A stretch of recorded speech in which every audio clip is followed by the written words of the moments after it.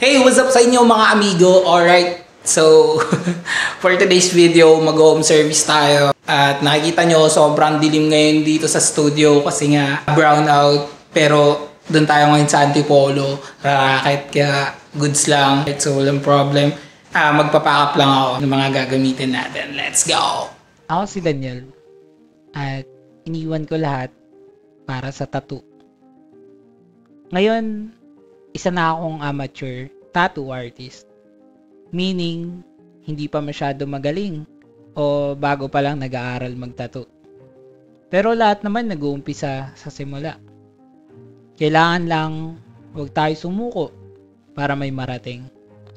Medyo mabagal man ang usad, basta paabante tayo palagi. Sigurado matatanaw din natin yung dulo.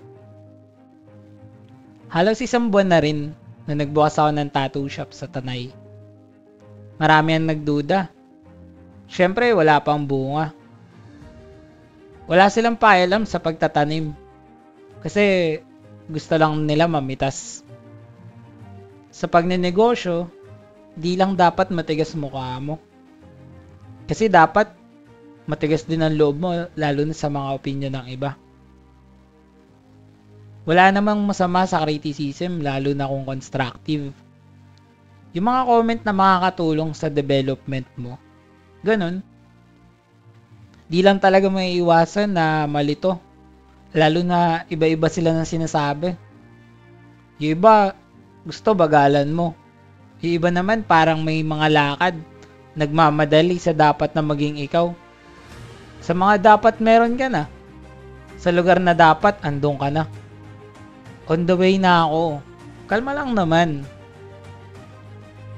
Kailangan kong iwan yung dating ako para madiskubre ko ang posible na maging ako. Kailangan ko tapusin ang mga bagay na dapat pinagsawaan ko na para umpisahan ang journey at makipagsapalaran sa tattoo industry. O kahit anumang gusto mong marating, gusto mong gawin.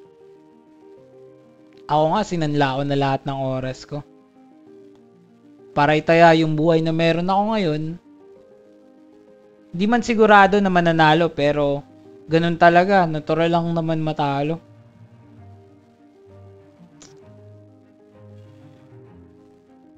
Kahit di sigurado, sugal pa din para sa buhay na gusto ko. Ayoko na kasi maging empleyado. Ayoko na magtrabaho para sa ibang tao. Gusto ko gawin yung gusto ko. Ayoko ng salitang balang araw. Nakakainip hintayin yung tamang panahon. Kaya eto ko, sinasalubong yung posibilidad.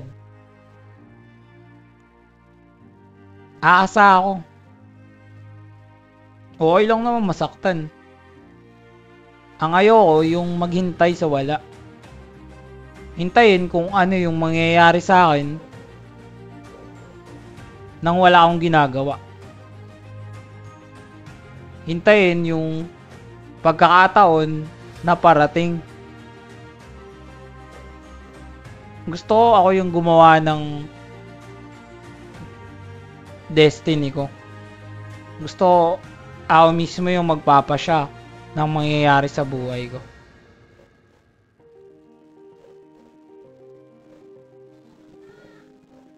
Ayoko na dumepende sa iba.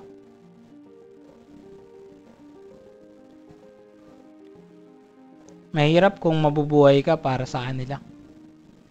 Ikaw, anong plan mo sa buhay?